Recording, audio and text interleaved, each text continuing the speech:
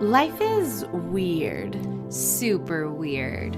So, what did we decide to do with our fascination for the strange and unusual? We made a podcast about it. This is Weirdify. Now, let's get weird. Hello. Hello? Hello. Hi. Hi, how are you? I'm good. I say, how are you?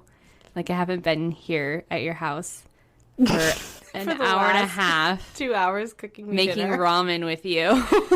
Yeah.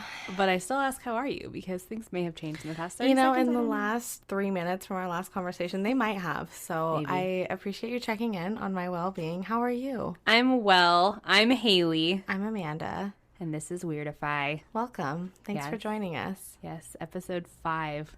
Yes. Oh my gosh. Wow. Oh my gosh, that's Hopefully really we- weird we- to say out loud. Hopefully we look back on episode 5 and go, oh my gosh, remember when we had episode 5? I Because we'll know. have so many. Here's hoping. We'll put it in the universe and Yeah. hope it comes back to We'll us. put it out there.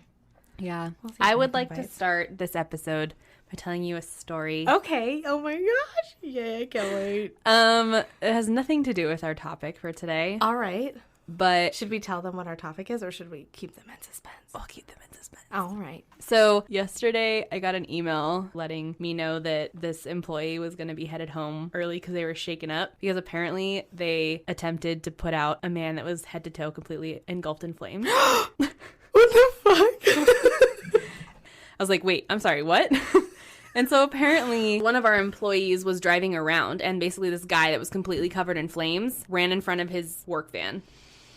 And he got out and tried to like, fire extinguish him. So yeah, the reporter said that they thought he was going to try and commit suicide Oh my because gosh. he had gas-soaked rags and matchbooks in his pockets.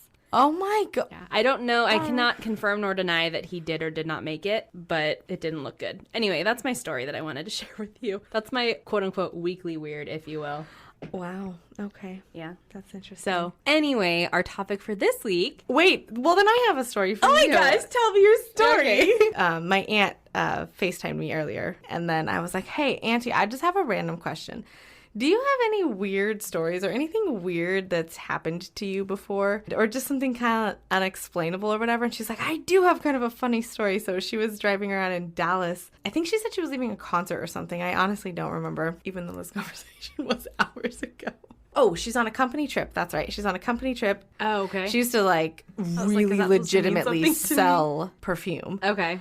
And so she was doing really well. So they sent her on this trip and they got her this really nice fancy Mustang rental as like part of her whatever. Menagerie. And so I guess she goes to, I don't remember if she's going to the work event or she's leaving the work event, but she has to drive through this kind of like weird area of Dallas. She said she basically turns down a road and gets lost for like an hour and a half and is driving around trying to find her way out of this weird area. And she finally comes across some kind of like country bumpkin guy and she's like, rolls down her window. I was like, can you help me get out of here? Where am I? I think he said, you're in Devil Slide or something like that. He's like, it's the Bermuda Triangle of Texas. And so he gave her directions out and she was like, do I take his directions? Do I not take his directions? What do I do right now? She's like, well, he's the only thing that I have, so I'm going to take his directions. And she got out. But just kind of an interesting, fun little tidbit. I was like, I didn't know that. That's kind of a cool story. That was a long time ago because she hasn't sold perfume in years.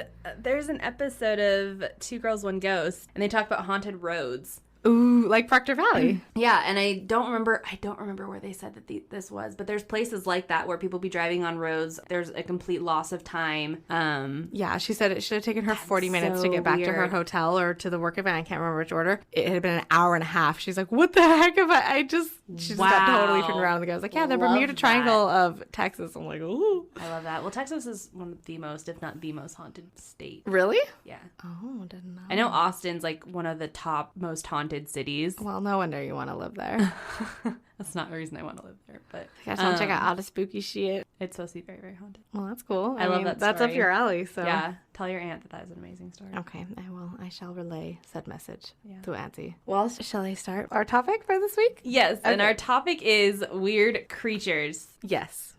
Creatures. I don't think we ever ended up saying that. Okay, so I kind of decided to go with a format of picking 3. So I am doing 3 basically sort of weird creatures or sort of animals. Okay, so the first creature that I'm doing is unicorns. I was hoping you were going to do a unicorn. You were hoping I was going to do a unicorn? Really? Yeah. What? They're my favorite. What would make you hope that I would? Unicorns That is and so Pegasus. random that I would pick a unicorn. I don't know. I think I was Sunshine, channeling my rainbows, dad. and unicorns. Not to embarrass Does your dad him, want to but- find a unicorn? My dad. Your dad is a unicorn? He's gonna kill me. He's gonna kill me, but the world needs to know. He used to collect unicorn stuff. I think when he was in high school What? or something. Yeah. What? Yeah. And so we always, I cannot believe you don't know this. We No, always, I love your dad so much more now. we always yank his chain about unicorns. Does he still collect unicorn stuff? No, he does not. Oh my god. No, We're that would gonna be great. keep this in because I know that your dad listens. Oh, yeah, and absolutely. He's gonna be like, damn it. Oh my gosh, that's amazing. Yeah. Okay, tell me all about the unicorns. Okay. All right. So unicorns, which actually translates to one horn, if you didn't know. Ooh. Though some of the early depictions of the unicorn are depicted with 2 horns, and they're just called a unicorn. So.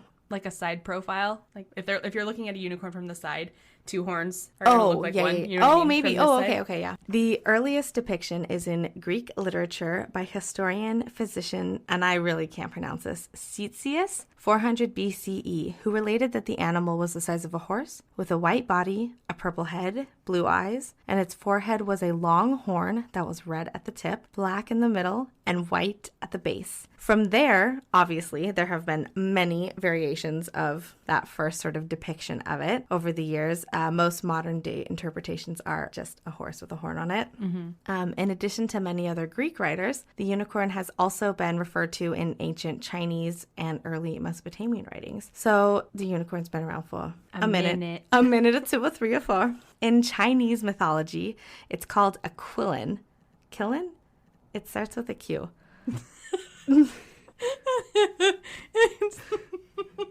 Sorry. What the fuck? It's really funny. I'm sorry. Go ahead. Just tickled my finger. Quillin? Quillin? It starts with a Q. It Starts with a Q. But it goes QI. So that's what throws me. Oh, okay. That's what's up. Well, you could have said that and I would have laughed at you. I'm sorry. Okay, go ahead. In Chinese mythology, it is called a quillin and has been written about since 5th century BC and resembles more or less your typical kind of Chinese dragon. Like I kind of think Mulan, you know, just that sort of vibe with the big square noses and sort of the big manes, you know, kind of that classic sort of Chinese dragon, but more stout with a body of kind of an ox or a deer, usually with 2 antlers. It's often depicted as gold, but can be any color of the rainbow. Early Mesopotamian writings seem to just depict a bull with a horn. Okay. I don't know. That's what the early Mesopotamian writings I came up with. The Hebrew Bible also references an animal called a reem, which is a word representing strength. The reem was untamable, agile, and had 1 horn or 2 horns. So that's sort of a lot of the kind of origins of this. There's also legends about the horns themselves. If you drank from the horn, you were supposedly protected from stomach trouble, epilepsy, poison, and you could potentially be cured from diseases. Yeah. But you have to be careful because people be selling narwhal horns and walrus tusks and you can't trust anybody. So if you're trying to get a unicorn horn, first of all, don't. That's messed up. And second of all, if you are, just make sure you're not getting a narwhal horn because They are the unicorns of the sea, though. narwhals, That's just they're what so, I like them. I like narwhals, They're too. cute. Yeah. And if the horn isn't enough for you and you wanted to catch one of these notoriously difficult to catch creatures, according to legend, you can by luring it with a virgin. So I'm picturing definitely a Harry Potter scene where you're in this sort of misty forest and the virgin, I'm assuming, is just sitting by a tree. She bares her breast and that's what lures it. So the horse comes in and some places I read that it suckles the virgin and the unicorn will take a nap. Little lap nap. And from there you can do what you need to do with it. That's not my It's business. stand to be dehorned. It's horny enough for everyone, apparently. Yeah, true. So this intriguing creature has been hunted, studied, and fantasized about for many years and still makes its way into our modern day lives, i.e. Harry Potter, obviously, and like My Little Pony, anything in between. On June 11th, 2008, an Italian deer found at a wildlife preserve in a town called Prato was found to have a single horn on its head. So it's not hard to see how an animal like this, deer, or any other animal with a genetic mutation could contribute to the persistent unicorn legend over the many years that we've been here, right? Since, early 400 BCE? Yeah. Obviously, there are some who believe this is all just, cases of mistaken identities, but who knows? Who knows, right? There's been a lot of animals that have gone extinct over the years, so maybe, they were around a long, long time ago, and we just haven't. Who knows? Yeah. Who knows? Legends have to come from somewhere. Right? Some that's hard, some. Shifting gears a little bit. Sorry. I like how your face lights up. Kids, I just don't know what you're going to do. Oh my gosh. It's literally unicorns and rainbows, and it's just, if you're shifting gears, it's probably just going to go to something awful. But go for it. Okay, so when I first started looking into this creature, it started out awful, and that was what sort of pulled me into it. But then the more research I did, it's not all that bad, but it just sort of can be. Okay, so have you ever heard of a Rusalka or a Rusalki?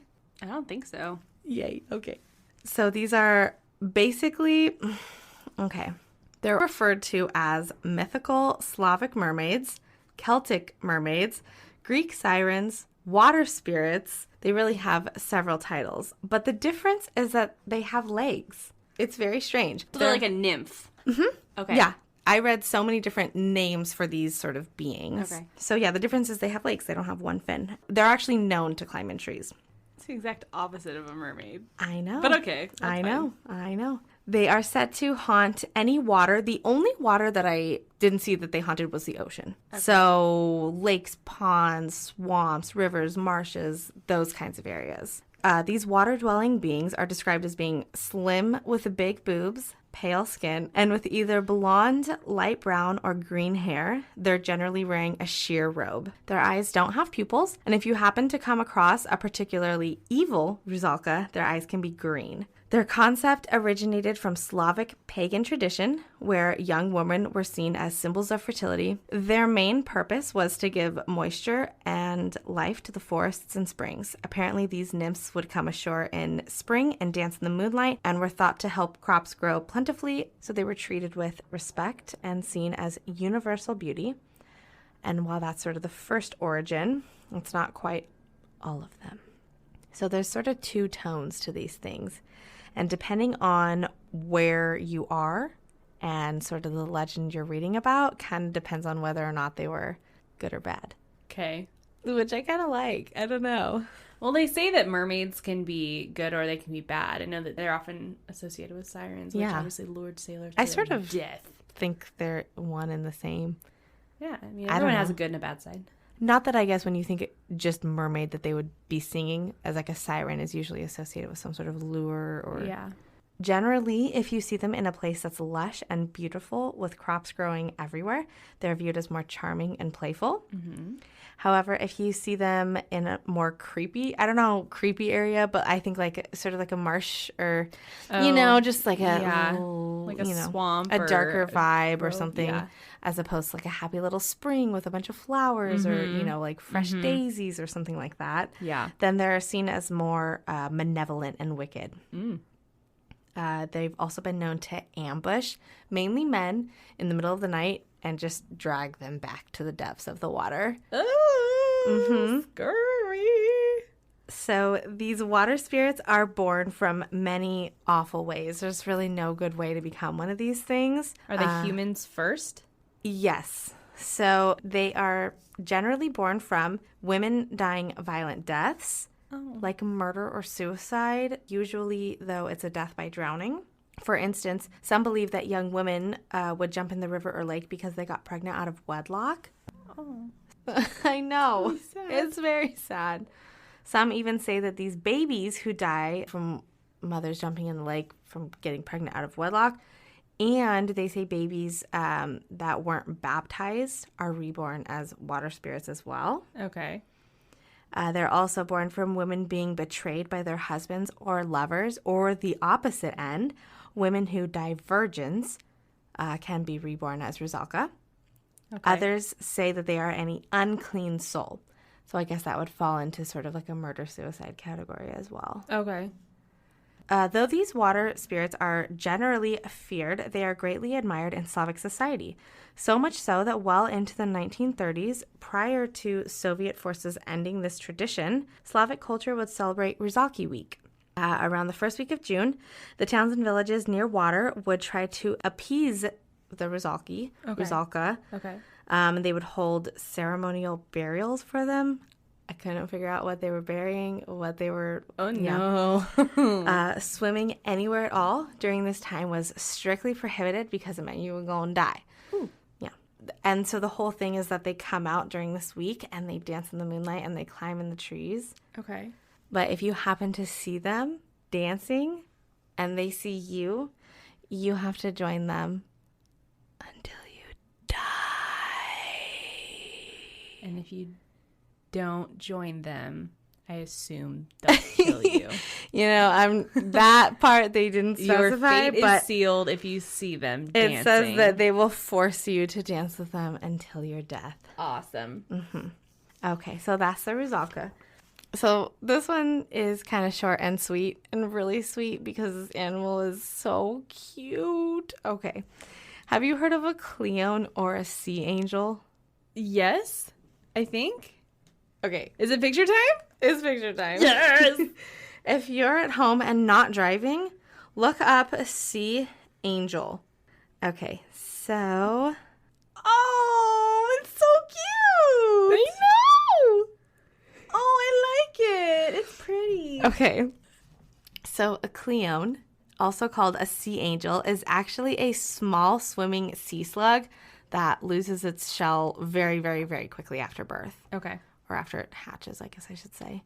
These bioluminescent gelatinous creatures kind of look like underwater Pokemon. Would you agree? That's Would what you I was agree? gonna say. It looks like a Pokemon. I know, but they're so cute.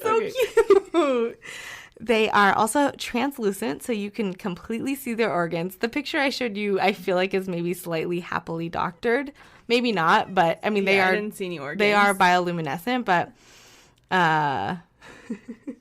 you didn't see any organs? I didn't. Or maybe I just didn't realize they were organs. Oh, okay.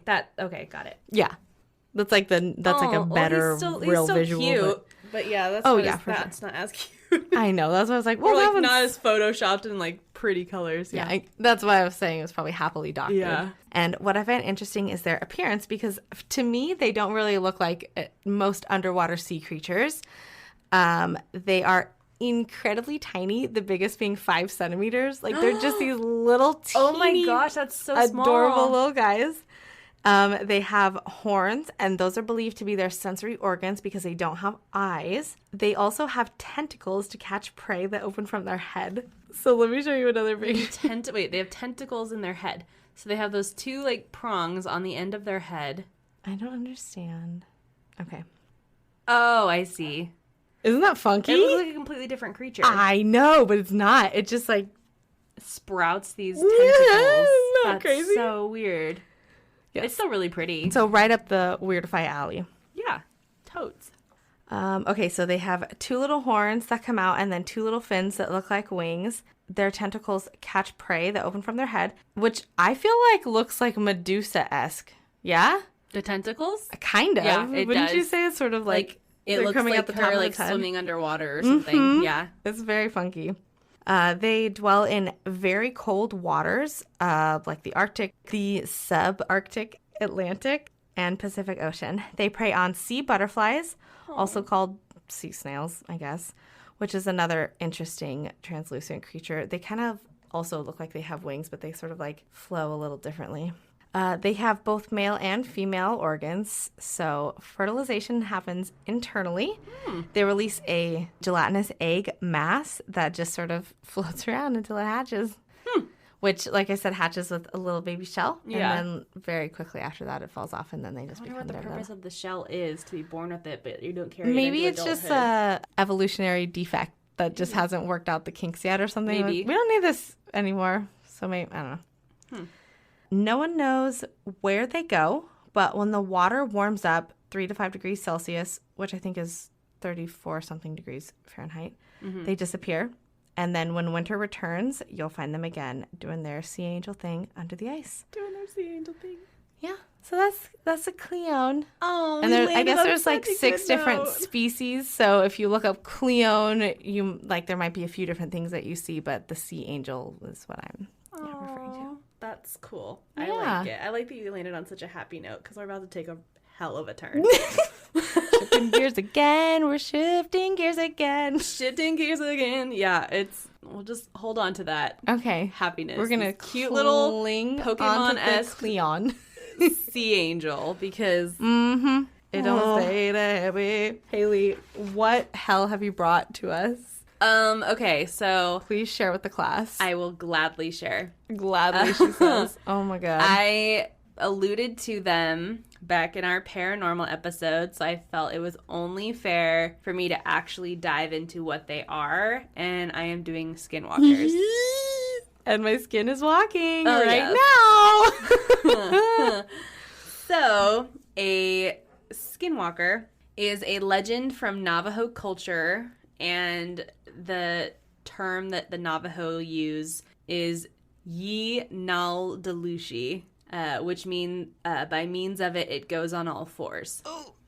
The Navajos do not like to talk about or share the legend because that it is said to give the skinwalker more power, and even talking or thinking about them is said to attract them to you. Ah! No! I do remember you saying that. And then I was like, we shouldn't keep talking about it. You're like, oh, no, tell me all about it. And I'm like, all right. The moment has arrived. All right. I'm eating my words. So there are a few different scenarios as far as how they are created. Some say that it is via a specific ceremony that uses chants and spells.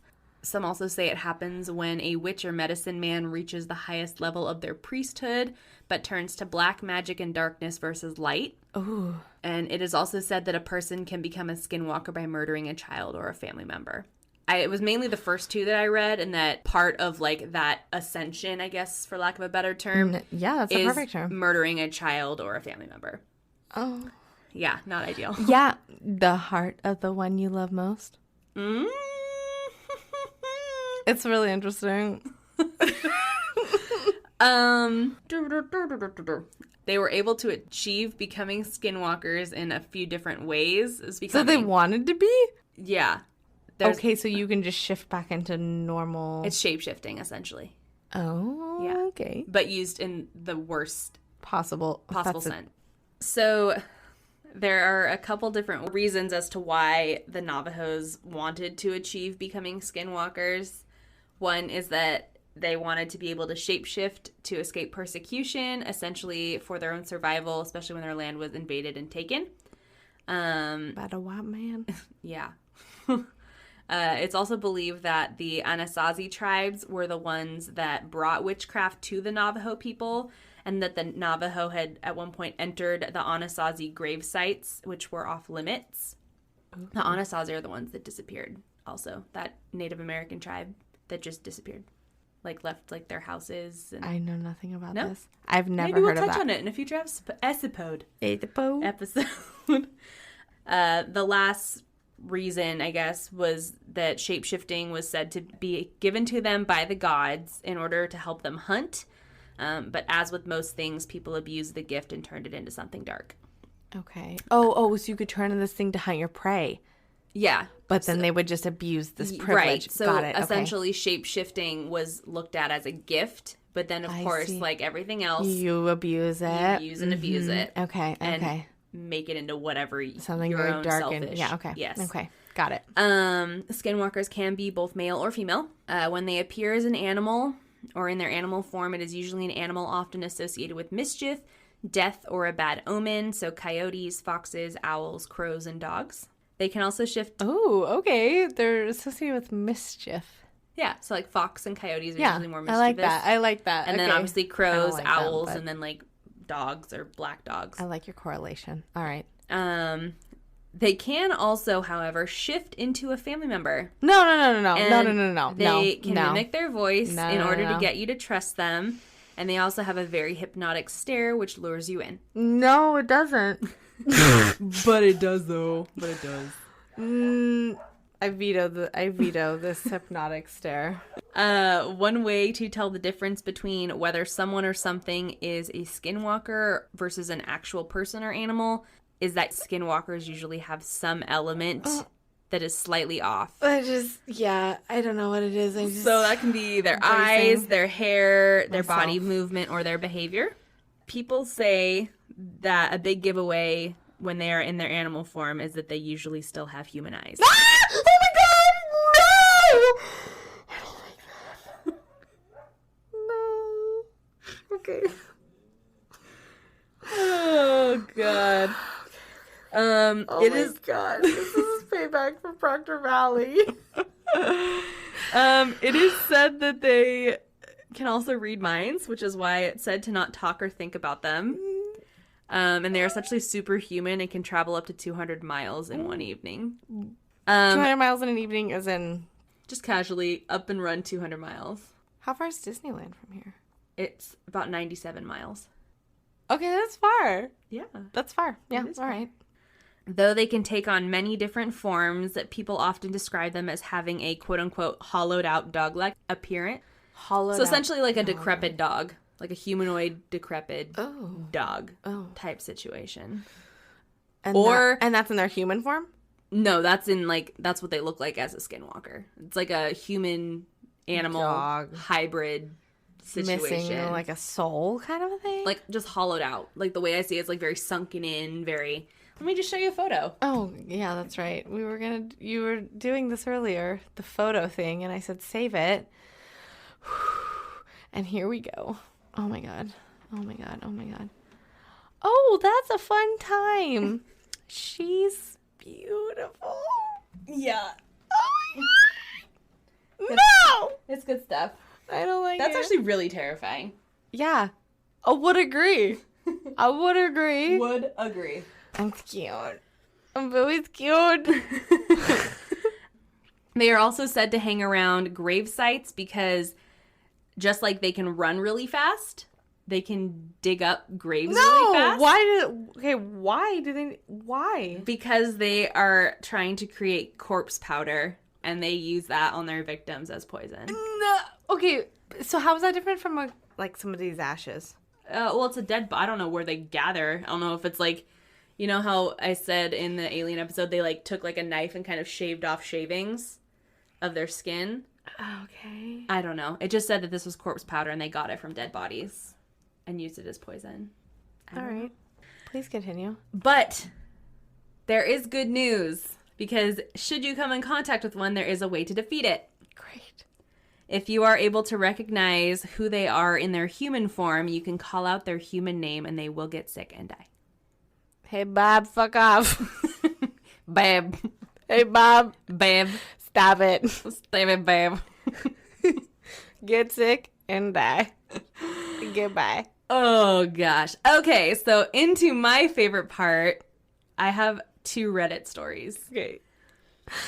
I'm so scared. No. You've been talking about these 2 stories all night and how scary they are, so my heart's actually slightly elevated. Okay, so the first story comes from username Mantran, and it goes a little something like this. Oh my god. Okay. I was spending a month with my cousins at my grandma's house. It was August, and my cousins' ages ranged from 10 to 15, and I was the oldest, being 15. We stayed up telling scary stories, but one night, a few weeks in, we decided to make a campfire out back. My grandma's house is in a rural suburb. The neighbors aren't too far when you're driving down the road to her house, but in the backyard, it's thick forest with man-made paths through it. Each house is on a hill, so only part of the basement was actually underground. That isn't important until later, though. Oh, So we were towards the east side of her yard in a smallish patch of open land. You couldn't see the neighboring yards from there, and there were probably 3/4 a mile to each side of us that belonged to my grandma. It was maybe 11 at night, and we were playing Truth or Dare after, telling scary stories, and my 14-year-old cousin dared me and the 13-year-old to go walk through the paths for 10 minutes or so. I said yes right away, as I wasn't easily scared and rather level-headed, but my younger cousin was a bit more hesitant. We didn't bring a flashlight because it wasn't pitch dark yet, and we could see enough not to die. Okay. We were walking through the paths for about 5 minutes and could barely see the fire through the trees when we decided to turn. In the middle of the path was a large dog-like creature hunched over with its front hands an inch from the ground. What I remember most was how its eyes were bright white, and it was a humanoid dog shape, with a human-like head but a dog-like body and human hands and feet. It looked right at us. I know I was paralyzed with fear as it dashed away the opposite way from us, towards a creek, and ran through the yard. Eventually, my cousin and I screamed bloody murder, and the other cousins and my grandma ran to us. Oh my God. I don't remember much because I was really disoriented and I couldn't think properly, but I did wake up in bed, so I assume I was brought up to the house. All the kids slept in the basement in a big room with sliding glass doors to the outside. No! That is the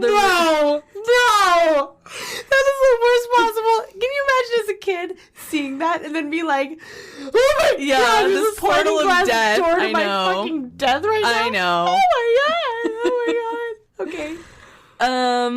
All the kids slept in the basement in a big room with a sliding glass door to the outside, as the room was on the side that wasn't underground. My bed was pressed against a big glass window, and I could see my cousins playing outside down below. Is there curtains? Is there drapes? It doesn't mention anything about curtains or drapes. Up against... It's just a portal. You already to know. Nowhere. You already know portals of death are my fear. I know, yeah. You're not about that life. From your fucking drapeless, curtainless home. Dark home. It just previous to where you live black now. Yard, yeah. Oh God. Can you imagine a fucking bed pushed up against... Oh no. This doesn't get better. Okay. Continue. My bed was pressed against a big glass window, and I could see my cousins playing outside down below. There was a slight breeze, so I put on my jacket and ran out to join them, skipping breakfast, not wanting to miss out on anything fun. When I got down, I could tell they weren't playing, but rather running to get my grandma. Her dogs, both of them, were dead and had been ripped up. That night, we went to bed early.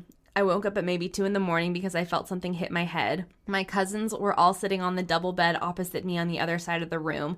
They were being quiet and staring at me. The 13-year-old nodded his head toward the window.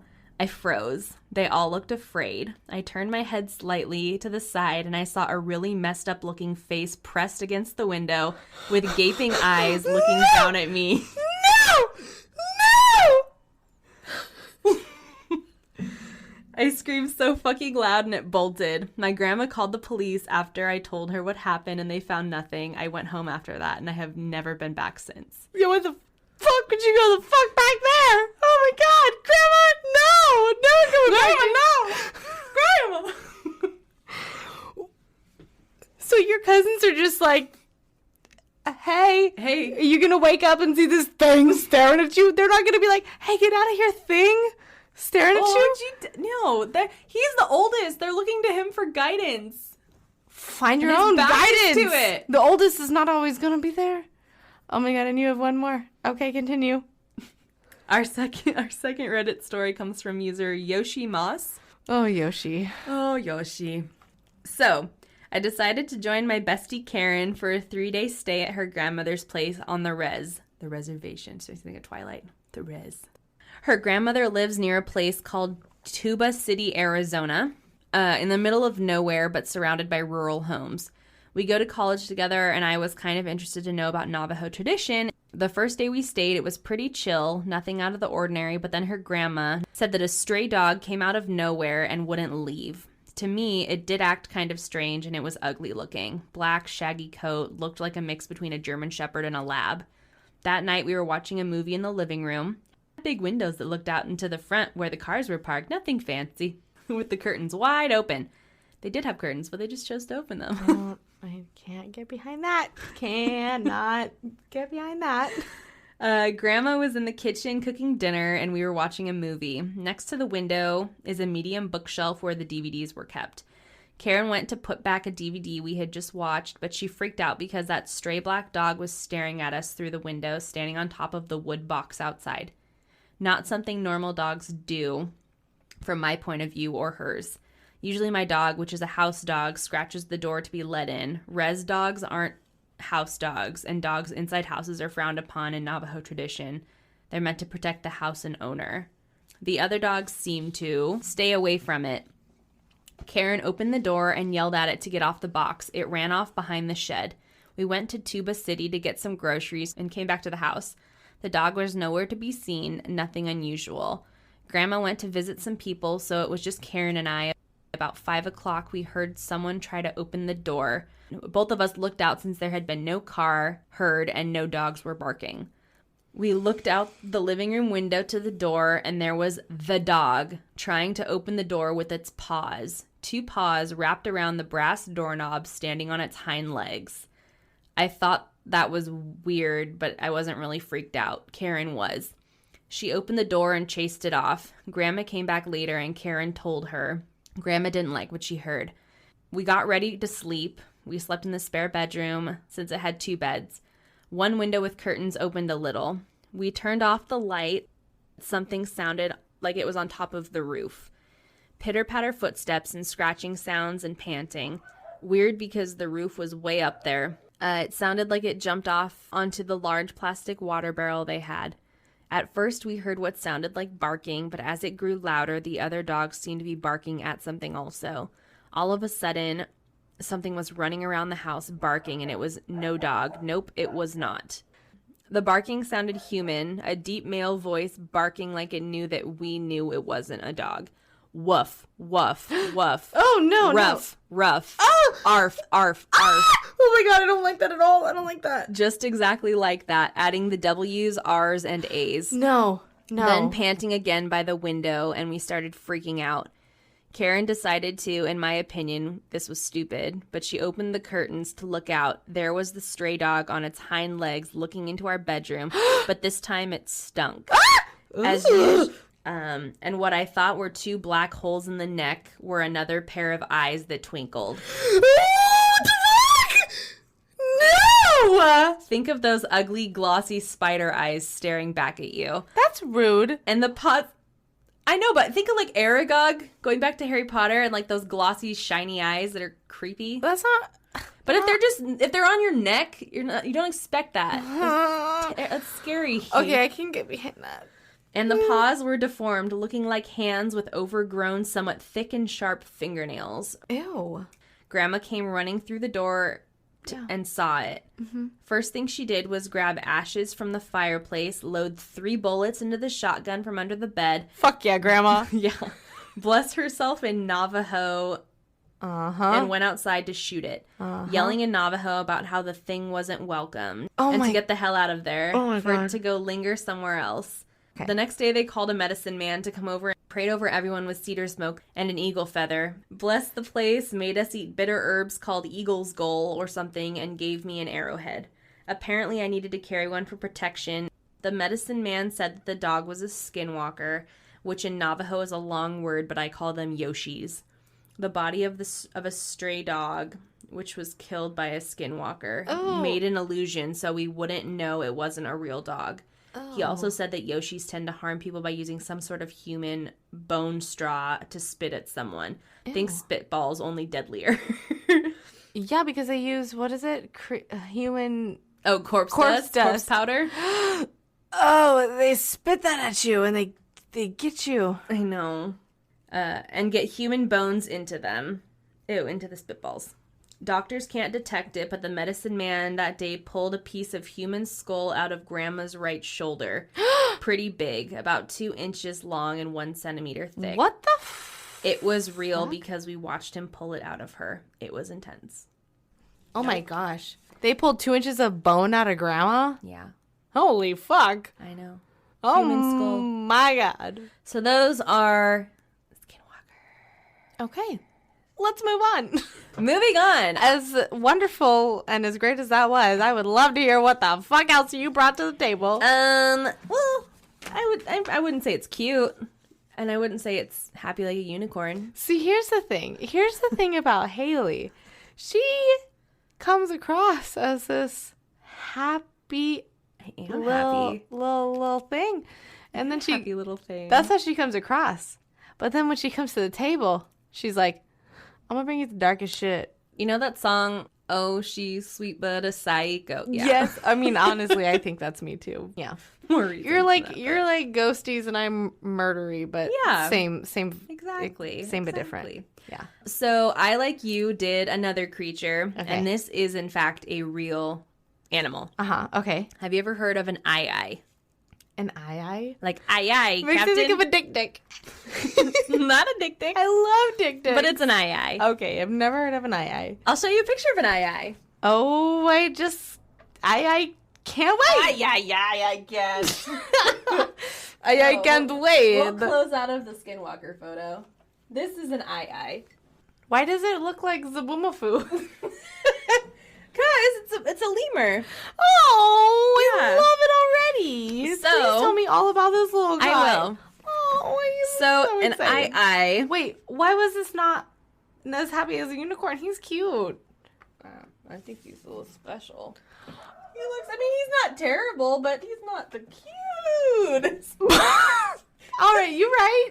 You are correct. No judgment, but anyway, his super fancy schmancy scientific name is Daubentonia madagascariensis. All right. He is a type of lemur with rodent-like teak. Wow. It's okay. A type of lemur with rodent-like teeth and a long, thin middle finger. Ooh, perfect. Oh my God, my spirit animal. Yes. Oh Lord. Is your next bullet point Amanda's spirit Amanda animal? is actually an aye-aye. Jeez Louise. It is native to Madagascar. It is the world's largest nocturnal primate. In order to find food, the aye-aye taps on trees to locate grubs and insects, and then it... Yeah, she's tapping. And then it uses its teeth to gnaw holes in the wood, where it then reaches in with its long middle finger to extract the grub and insect, similar to a woodpecker. But they use their beak. He uses his finger. It also has ridges along the inside of its ears, which helps with echolocation when it's trying to find grubs and insects inside of the trees. It is currently classified as an endangered species, and there was a second species of the aye-aye that became extinct within the last 1,000 years. It was unknown in life and has only been discovered by its subfossil remains. Oh wow, that's interesting. I know, I thought so. I thought that was kind of cool. Well, maybe we just haven't seen it yet. Maybe it's chilling in the vines. Like Megalodon, but not in the vines. I don't want to go to Megalodon. Let's stay above water for right now. Okay. A full-grown aye-aye is about 3 feet long and has a tail significantly longer than its body, and it only weighs about 4 pounds. Oh, he's a little guy like Just my a little guy. Little guy. Not 5 centimeters, but No, still a little just guy. A little guy. Yeah. They spend most of their lives in trees, close to the canopy, and dense foliage. They eat, sleep, travel, and mate in the treetops. Wow. The aye-aye was thought to be extinct in 1933, but was then rediscovered in 1957, and it was marked as an endangered species in 2014. Farmers tend to kill them in order to save their crops, but people also kill them because they believe that they are evil. Why? Folk belief is that if an aye-aye points its narrowest finger at someone, then that person is now marked for death. Oh. They say that the appearance of an aye-aye marks the death of a villager, and the only way to prevent death is to kill it. Oh, if you see one, you're gonna die? It's like a bad omen. But they're know. so cute. I like them. I know. They're kind of cute. And they're a little creepy little freaky dicky eyeball way. Look up I. How do you spell I? AYE-AYE. Look it up. He's Look cute. it up. I wouldn't call him cute, but he's not the most terrible thing. He's cuter than the He's Skinwalker I showed you. He's cute. Yeah, everything I've seen in my entire existence has been cuter than the picture you showed me of the Skinwalker. Yeah, I would agree with that statement. Everything. The Sakalava people of Madagascar claim that aye-ayes will actually sneak into their houses through the thatches in the roof and murder them while they're sleeping by puncturing the victim's aorta with its long middle finger. Wow, that, to quote you, took a turn. That took a turn. This superstition has been the main reason why people kill them, because there has been no direct evidence that they do pose an actual legitimate threat to crops. The Duke Lemur Center in Durham, North Carolina, has been influential in the keeping, researching, and breeding of these animals. And the first Ai born in captivity was born at this center, and he and others have aided in the research of how the species develops through infancy. And that is our little, tiny 4-pound friend, the Ai. Oh, he's so cute. Cute little Ai. Not enough death, but that's okay, Kay. Sorry, I'm done. Okay, now I'm done. Thank you. Wow, that was creepy and also cute. I know. It started with unicorns and ended with sliced aortas. Death by middle finger. Death by middle finger. It started with just a happy little unicorn, and then you die. There's all the scaries. There they are. And now you all know what I was talking about when I mentioned Skinwalkers in my paranormal episode. Let's never talk about them again. We don't have to. And we probably shouldn't, because they apparently are telepathic and no one we're thinking and talking about them. That sucks. They gonna run here real fast because they can run over 200 miles in an evening. Fuck that. I'm moving out of this house. That was good. I learned so much. Did you really? I did. I had never heard of a sea angel, and I'm just going to keep thinking about that while I go to sleep tonight. Because he's so cute. Yeah, definitely. I would for sure say the happiest thing we talked about this evening. Was a sea angel? Yeah. 100%. I mean, the unicorns weren't bad. No. I didn't really read anything bad about them. They're always just kind of... What bad can you say about it? Jim. Or Amanda's dad. Called the fuck out, Dad. You are on blast. Mr. Amanda's dad. Please. Mr. I need you to change my dad's number on your phone to Mr. Amanda's dad. Mr. Amanda's dad. Please tell us anything bad that you may know about unicorns. And you'd be like, no, there's nothing bad. That's why I collected all of them. Yeah, because now we all know that you are an expert. Oh, wow. My poor dad. It's okay. I love you even more. Just saying. I mean, yeah. The first year that Alex and I dated, we went to this thrift store in Riverside. Okay. It's huge. I would say it was more of like a thrift antique combo with multiple stores. Enormous. Mm-hmm. Enormous. And there was a whole unicorn section. And we pondered for a minute. And we're like, do we get something for my dad? Do we? We shouldn't. It would be funny. Bring it back, Jim. But it would just be a laugh, and then he wouldn't use it. So maybe we should skip it. But there's so much unicorn stuff. Do we bring it back? You know what? We ended with no. But... Alex should make him something in leather. Oh my gosh, I love that. And put a unicorn. We don't have to keep this in. But we totally can. But that's absolutely what Alex should do. I mean, he's a man of many trades. He makes beautiful artwork out of leather. Yes, he should make a oh my gosh. Unicorn. My dad for my birthday got me plant clippers. Right, I was there. With a leather case that he would like to design with me. Maybe I should put a unicorn on it. And then my dad doesn't have to live with the unicorn, but he can help create it. That's I would cute. Honestly fucking love to have a unicorn. That's so that cute. I hand, put in with my dad on my clippers that I clip all of my plants with. Yeah, that would be really, really That cute. sounds amazing. Cool. Thanks. Dad, are you free to... Dad, are you listening? If you're listening, can you text me? And be like, I'm free to stamp in a unicorn on this date. Thanks, Daddy-o. Oh, Lord. Anyway... Thanks for listening if you guys are still listening. Truly, if you're still here, thank you. Yeah, you're the real MVPs. You can find us on most podcast apps under Weirdify and or Weirdify Podcast. You can follow us and all of our updates on Instagram at Weirdify Podcast. Also, if you have any strange stories, seeing strange animal dog-like creatures outside. Nope. If you have any strange medical thing, any kind of murdery story, ghosty, paranormally, extraterrestrially.